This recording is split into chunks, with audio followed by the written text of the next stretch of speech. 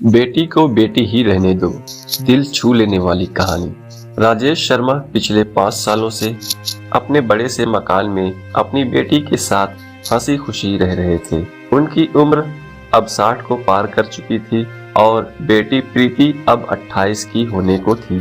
उम्र को ध्यान में रखते हुए बेटी ने उनका सारा काम काज अपने कंधों पर ले लिया था। प्रीति अपने हर काम में बहुत अच्छी थी, जितने अच्छे से वो अपने पापा, घर और उनके कारोबार का ध्यान रखती थी, कोई और शायद ही रख पाता। अगर राजेश जी को कोई बेटा होता तो वो भी नहीं। इन बाप बेटी का रिश्ता बहुत ही प्यारा था। बिना बाप के प्रीति को नहीं चलता और बिना प्रीति के उसके बाप का किसी काम में मन नहीं लगता। कभी कभी ऐसा लगता जैसे राजेश जी प्रीति के बाप नहीं, उसके बेटे हैं। प्रीति की हरकतें ही कुछ ऐसी थी। बाप को सुबह जल्दी उठाकर जबरदस्ती वॉकिंग के लिए भेजना हो या छोटे बच्चों को जैसे दवाई पिलाते हैं वैसे ही पापा की दवाइयाँ उन्हें खिलानी हो, प्रीति का बर्ताव अपने पापा के साथ बिल्कुल वैसे ही था जैसे किसी माँ का अपने बच्चे के साथ होता है। प्रीति के पापा भी कुछ कम नहीं थे। जब जब प्रीति उन्हें दवाई खाने के लिए देती तो आधी दवाई खाते और आधी छुपा लेते, लेकिन प्रीति की नजरों से बच नहीं पाते। फिर वो उनके सामने खड़ी होकर सारी दवाई उन्हें जबरदस्ती खिलाती। रात को प्रीति के सोने के बाद चुपके से किचन में जाकर फ्रिज से मिठाई चुराकर खाना। पापा की ऐसी शरारतें भी प्रीति पकड़ लेती थी। पकड़े जाने पर पापा पानी पीने का बहाना करते, लेकिन प्रीति उनको समझाती कि मिठाई आपके लिए हानिकारक है। पापा को याद दिलाती कि पिछली बार उनका शुगर लेवल कितना बढ़ गया था। अपने ही घर में अब मैं मिठाई भी नहीं खा सकता। बड़बड़ाते हुए, नाराज होने की एक्टिंग करते हुए पापा किचन से चले जाते। फिर प्रीति उन्हें मनाने के लिए एक मिठाई का टुकड़ा पापा के पास लेकर जाती और फिर वो दोनों उसे आधा आधा बांटकर खाते। दोनों के चेहरे पर बड़ी स्माइल आ जाती। बस ऐसे ही दोनों की जिंदगी हंसी खुशी कट रही थी। उनका घर बहुत बड़ा था, उसमें कई कमरे थे, इसलिए उन्होंने सोचा कि एक किराएदार रख लिया जाए। पैसों के लिए नहीं, लेकिन प्रीति के ऑफिस जाने के बाद अकेले रह रहे राजेश जी को थोड़ा सा ही सही किसी का साथ मिल जाए, इसलिए जल्दी ही एक किराएदार फाइनल हो गया। उनका नाम अशोक सिंह था। उम्र उनकी 50-51 की होगी। एग्रीमेंट पेपर बनाने के दौरान पहली बार वो राजेश जी और प्रीति से मिले।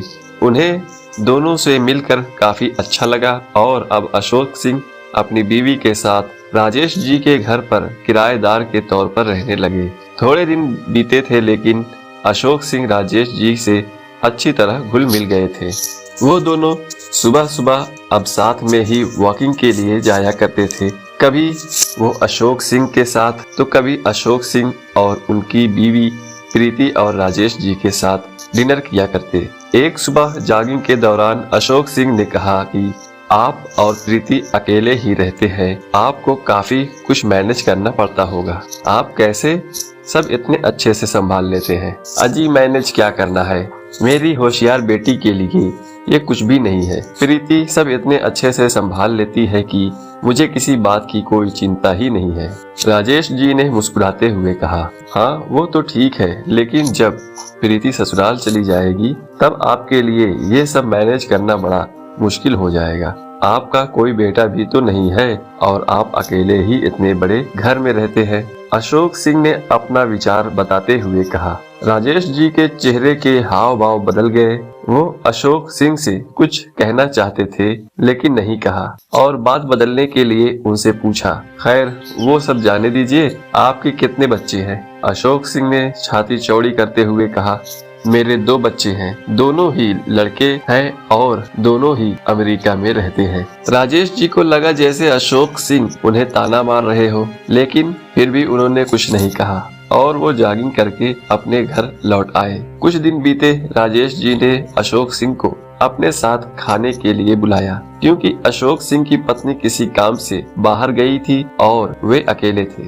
अशोक सिंह, राजेश जी और प्रीति डाइनिंग टेबल पर बैठकर खाना खा रहे थे। पहला निवाला खाते हैं अशोक सिंह ने खाने की तारीफ करते हुए कहा, प्रीति बेटा, तुमने आज खाना बहुत अच्छा बनाया है। राजेश जी ने गर्व महसूस करते हुए कहा, हाँ, मेरी बेटी बहुत अच्छा खाना बनाती है। अशोक सिंह जी बोल पड़े, ये तो बड़ी अच्छी बात है, उसके ससुराल वाले बड़े खुश रहेंगे। प्रीति उनसे कुछ कहना चाहती थी, लेकिन राजेश जी ने उसे रोक दिया और बात बदलने के लिए प्रीति से पूछा, कारोबार कैसा चल रहा है? कोई दिक्कत तो नहीं हो रही है?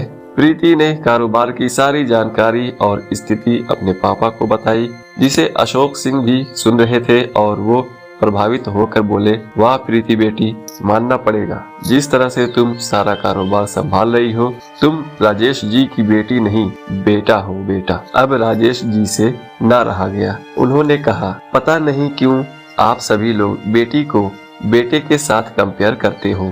ऐसा एक भी काम या एक भी फील्ड बताइए जिसमें बेटियों ने अपना नाम ना बनाया हो। अरे आसमान में प्लेन उड़ाने से लेकर देश के सर्वोच्च पद पर बैठकर देश चलाने तक बेटियों ने हमेशा अपने आप को साबित किया है, लेकिन आप जैसे लोग अभी भी उनकी तुलना बेटों से ही करते रहोगे। होते होंगे बेटे सबके लिए ज्यादा इम्पोर्टेंट, मेरे लिए तो मेरी बेटी ही सबसे बढ़कर है और मैं ये फख्र से कहता हूँ, जो मेरी इस बेटी ने मेरे लिए किया है, जितना प्यार मुझे दिया है, उतना दुनिया का कोई भी बेटा नहीं दे सकता। चलिए मैं आपसे ही पूछता हूँ, आपके 2 बेटे हैं ना? बताइए वो साल में आपसे कितनी बार मिलने आते हैं? अशोक सिंह जी, दुनिया बदल चुकी है, अब आप भी बदल जाइए। बेटी को बेटी ही रहने दीजिए, उसे बेटा बनाने की कोशिश मत कीजिए।